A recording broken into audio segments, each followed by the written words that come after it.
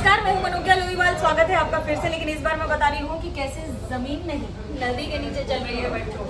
जी हाँ, इसकी खासियत ये है कि ये हजारों करोड़ रुपए यानी कि 8,000 करोड़ रुपए से ज्यादा खर्च करके बनी है। और ये पहली राइड है जो हम आपको दिखा रहे हैं, क्योंकि खासियत है इसकी जमीन नहीं नदी से 30 मीटर नीचे जा रही है ये मेट्रो। भारत की पहली अंडर वाटर रिवर मेट्रो ने जो इतिहास रच दिया है उसकी खासियत अब आपको बताते हैं। यानी कि अगर अर्थक्वेक आया तो इस मेट्रो को कुछ नहीं होगा, क्योंकि ये ट्विन टनल मेट्रो है।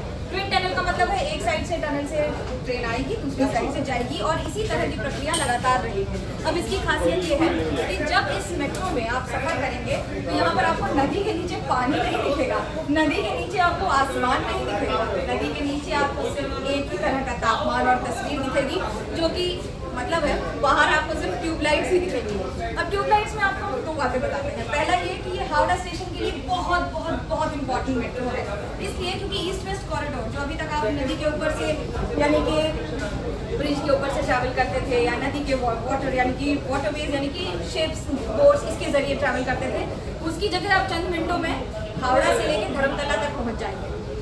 आसान नहीं था इसको बनाना, इसमें बनाने में कम से कम 3 से 5 वर्षों का समय लग गया है और लगातार इसको इंजीनियरिंग मार्वल कह रहे हैं।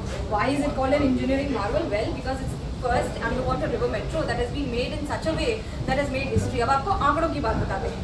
150 ट्रक मिट्टी हर रोज निकाली गई है और ये ध्यान में रखा गया है कि जब इस मिट्टी को यहाँ से निकाला गया है तो इसलिए से यहाँ से बाहर किया जाए, क्योंकि जब आप जमीन के नीचे काम करते हैं, आप सोचिए 40 डिग्री सेल्सियस इस समय जमीन के ऊपर का तापमान है, तो जमीन के नीचे का तापमान कितना होगा? 50 डिग्री से 100 डिग्री सेल्सियस। और उसमें भी ये काम लगातार जारी रखा गया है, यानी कि तापमान कुछ भी हो काम नहीं रुका है। काम कोविड काल में नहीं रुका है और मिनिस्ट्री ऑफ रेलवेज यानी कि रेल मंत्रालय के साथ साथ KMRC ने इस ऐतिहासिक परिणाम को अंजाम दिया है। अब बात पैसेंजर सिक्योरिटी की। यकीन मानिए अगर आप ट्रेन में फंस गए तो आप क्या करेंगे? जी हाँ, यानी कि उस समय दोनों साइड के दरवाजे खुल जाएंगे या फिर जिस साइड पे प्लेटफॉर्म है, अगर प्लेटफॉर्म तक ट्रेन नहीं पहुंची है तो आप कैसे निकलेंगे? उसके लिए इवैक्यूएशन प्रोसेस किया गया है। इस इवैक्यूएशन प्रोसेस की एक खासियत है। इसकी खासियत ये है कि जैसे ही ट्रेन में किसी तरह की प्रॉब्लम समझ में आएगी, दरवाजे खुलेंगे और आपको प्लेटफॉर्म की जगह एक ट्रैक मिलेगा। ये ट्रैक ऊंचाई पर है जिससे आपको कूदना नहीं पड़े जमीन पर, क्योंकि आप जमीन पर कूदेंगे तो हो सकता है इलेक्ट्रिसिटी या करंट लग जाए, जो कि इसमें संभव नहीं है। इसलिए एक ट्रैक जैसे प्लेटफॉर्म की ऊंचाई पर ही पूरा ट्रैक दिया गया है, जो ट्रेन के साथ पैरेलल चलता है और एक स्टेशन से दूसरे स्टेशन को कनेक्ट करता है। दूसरी खासियत, अगर ट्रेन में कोई दिक्कत हुई तो स्टाफ कैसे पहुंचेगा? स्टाफ भी इसी रास्ते के जरिए आएगा। अब अगर अर्थक्वेक आया यानी कि भूकंप आया 6 से 7 रिक्टर स्केल का, तो भी इस मेट्रो को कुछ नहीं होगा, यानी कि अर्थक्वेक रेजिस्टेंट टेक्नोलॉजी से बनी है। अब एयर सर्कुलेशन, जमीन के नीचे तापमान का अंदाजा आप लगा ही सकते हैं। गर्मी कितनी है, AC बंद हो गया तो खिड़कियां नहीं खुलेंगी, लेकिन इसकी सुविधा पूरी है कि पूरे अंदर ही एयर टर्बाइंस का इस्तेमाल करके पूरी तरह से एयर सर्कुलेशन की सुविधा दी गई। ये रही पैसेंजर्स की बात। अब हावड़ा स्टेशन पर इस ट्रेन की खासियत क्या है? हावड़ा स्टेशन पर इस ट्रेन की खासियत ये है कि ये ट्रेन के दरवाजे दोनों तरफ खुलेंगे, यानी कि पूरे वर्ल्ड अभी तक जितने भी मेट्रो हैं या फिर भारत में भी कुछ एक ऐसे रेलवे स्टेशन है जहाँ पर ट्रेन के दरवाजे दोनों साइड खुलते हैं, जो कि हावड़ा स्टेशन है। क्यों? क्योंकि एवरेज 1 घंटे में 40 से 50 हज़ार पैसेंजर ट्रैफिक आने की संभावना है। 50,000 लोग अगर 1 घंटे में आएंगे तो उन्हें वहाँ से निकालना भी उतना ही जरूरी होगा, क्योंकि दूसरे पैसेंजर्स वापस भी चढ़ेंगे। हावड़ा ब्रिज पर जितना प्रेशर होता है उससे कई गुना ज्यादा हावड़ा स्टेशन पर, क्योंकि रेलवे स्टेशन है, आवाजाही ट्रेन से रहती है, तो वो भी ध्यान में रखना पड़ता है।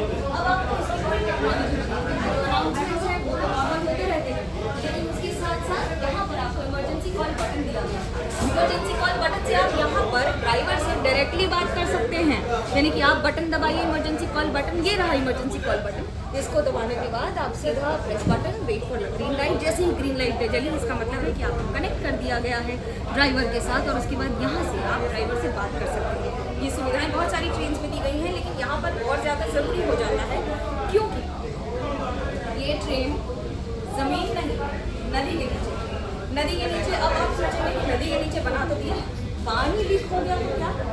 उसकी भी तैयारी। दरअसल अगर पानी के लिए आपको पता होना चाहिए कि जब भी कोई ब्रिज बनता है तो ब्रिज में पिलर्स का इस्तेमाल किया जाता है, तो उसकी मॉनिटरिंग होती है। आपको पता होता है कि 4थे या 6ठे नंबर पिलर पर ये समस्या हुई है, लेकिन नदी के नीचे कैसे पता लगेगा? इसके लिए जगह जगह मार्किंग की गई है।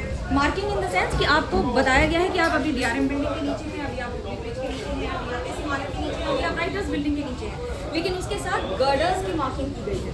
गर्डर्स की मार्किंग का मतलब है अलग अलग रिंग्स बनाई गई हैं। इस पूरे में करीब 100 से ज़्यादा रिंग्स हैं और उन्हें मार्किंग के साथ आपको पता रहेगा कि आप कौन सी रिंग के नीचे से। और रिंग का मतलब ये नहीं है कि आप इस रिंग के, इसका मतलब ये है कि 2 से 3 के बीच में अगर स्पार्क हुआ है तो उसी में जाकर काम किया जाएगा और उसी के साथ उसकी समस्या का समाधान किया जाएगा। अब बात मेट्रो में पैसेंजर्स की, आपको पता है कि टिकट जो लगेगी वो आपको खर्चा कई गुना कम होगा। जाहिर सी बात है, अगर आप ट्रेन के जरिए जाएंगे, यानी कि आप हावड़ा से अगर कोलकाता की तरफ जाएंगे, ब्रिज से जाएंगे, तो आपको गर्मी का सामना करना पड़ेगा। हो सकता है 1 घंटे से ज़्यादा का समय लग जाए आपको धर्मतला पहुंचने में हावड़ा से, या फिर अगर आपको नदी के जरिए जाना है तो 40 डिग्री तापमान को पार करना पड़ेगा। लेकिन यहाँ पर तो आप एयर कंडीशन सुविधा में जाएंगे और एयर कंडीशन सुविधा के साथ अगर कोई दिक्कत हुई तो आपको ये पता रहेगा कि इवैक्यूएशन सर्विसेज संग हो जाता है। बहुत ज़रूरी होता है ये ध्यान में रखना। अब 30 मीटर नीचे जब ये मेट्रो बनी है तो कैसे इसको इंजीनियरिंग मार्वल कहा जाएगा? बाकी देशों में भी है, बाकी जगह भी है। इसका खेल और इसकी सच्चाई है मिट्टी। बाकी सारी नदी की जो मिट्टी होती है ना वो अलग होती है, लेकिन यहाँ पर हुगली में गंगा की मिट्टी क्योंकि पूरे हिमालय से होते हुए आती है, तो यहाँ पर जो सिल्टिंग है वो बहुत ज़्यादा है। नदी बहुत ज़्यादा चौड़ी है। आमतौर पर नदी की अगर चौड़ाई 200-300 मीटर होती है, यहाँ आधा किलोमीटर से ज़्यादा है और इस पूरे स्ट्रेच को रोकना और इस पर काम करना बहुत बड़ी चुनौती था। सिर्फ इसलिए नहीं क्योंकि ये नदी के नीचे है, बल्कि इसलिए भी क्योंकि यहाँ पर जो इमारतें हैं वो 100 साल से ज़्यादा पुरानी हैं। हावड़ा ब्रिज 150 साल से ज़्यादा पुराना, 180 साल से ज़्यादा पुराना। उसके साथ हावड़ा का रेलवे स्टेशन उससे ज़्यादा पुराना, और उसके साथ जब इतनी पुरानी इमारतें हों तो उनकी नींव को आप छू भी नहीं सकते। पहला, अधिकतर इमारतों का कोई प्लान नहीं है, कोई मैप नहीं है, जो भी है वो सब समझ कर किया जा रहा है।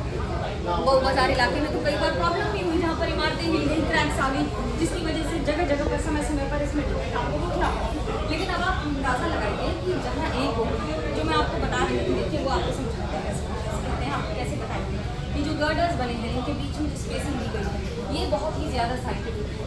अंदर एयर सर्कुलेशन उतना ही ज़्यादा साइंटिफिक रखा गया है, यानी कि आधे किलोमीटर में सबसे ज़्यादा चुनौती होती है ट्विन टनल। क्यों ट्विन टनल? इसलिए कि अगर एक टनल में दिक्कत आई तो कम से कम दूसरे टनल में ट्रेन रुकेगी। पूरी सुविधा आने और जाने की खत्म नहीं होगी मुझे, और ये आसान नहीं है। ये मुश्किल इसलिए है क्योंकि जितने भी इंजीनियर्स ने काम किया है उन्होंने कई मुश्किलों से, आपको मैं मेट्रो के इंजीनियर ही दिखा रही हूँ, इनकी ही तस्वीर देखिए, और जो क्योंकि इन्होंने कितने महीनों कितने सालों लगकर काम किया है। और आज भी जब ये ट्रायल रन हो रहा है तो ये चेकिंग में ये ध्यान रख रहे हैं कि इन सब चीज़ों को कैसे ध्यान में रखा जाए। अब आपको मैं पूरा रूट दिखाती हूँ। रूट की खासियत रूट ये है कि हावड़ा मैदान मेट्रो से, उसके बाद हावड़ा मेट्रो, महाकरण यानी कि ब्राइटेस्ट बिल्डिंग एस्प्लेनेड जिसे धर्मतला के नाम से भी आप जानते हैं, शियालदा मेट्रो यानी कि शियालदा रेलवे स्टेशन, उसके बाद Phoolbagan, salt lake, Bengal chemical जो कि उसके आगे का इलाका है, सिटी सेंटर, सॉल्ट लेक का इलाका, सेंट्रल पार्क, करनामी, सेंटर, यहाँ तक तो आप पहुँच जाएंगे कुछ ही मिनटों में। अब चांदनी चौक और एस्प्लेनेड के लिए डबल मेट्रो की गई है, यानी कि आपके लिए रूट चेंज किया गया है। छोटा सा इलाका वहीं पर सबसे ज़्यादा समस्या आई है मेट्रो को बनाने में, लेकिन ये भी आसान नहीं था। अब दरवाजे के सहारे खड़े न हो, ये सारी चीज़ें आपने सारी मेट्रोज में सुनी है, पढ़ी हैं, समझी हैं, लेकिन इस मेट्रो की खासियत ब्रांडिंग भी आप देख लीजिए, जितना नई मेट्रो, और दूसरा 75 वर्ष आज़ादी का अमृत महोत्सव। ये बात सच है कि भारत की पहली मेट्रो बंगाल को मिली थी। 1980 के दशक में पहली मेट्रो जब चली थी तो बंगाल में चली थी। अब अंडर वाटर रिवर मेट्रो भी 75 वर्ष आज़ादी के बाद बंगाल से ही चली। फिलहाल गर्व की बात है। खुश रहिए, व्यस्त रहिए। Thanks for watching, stay tuned.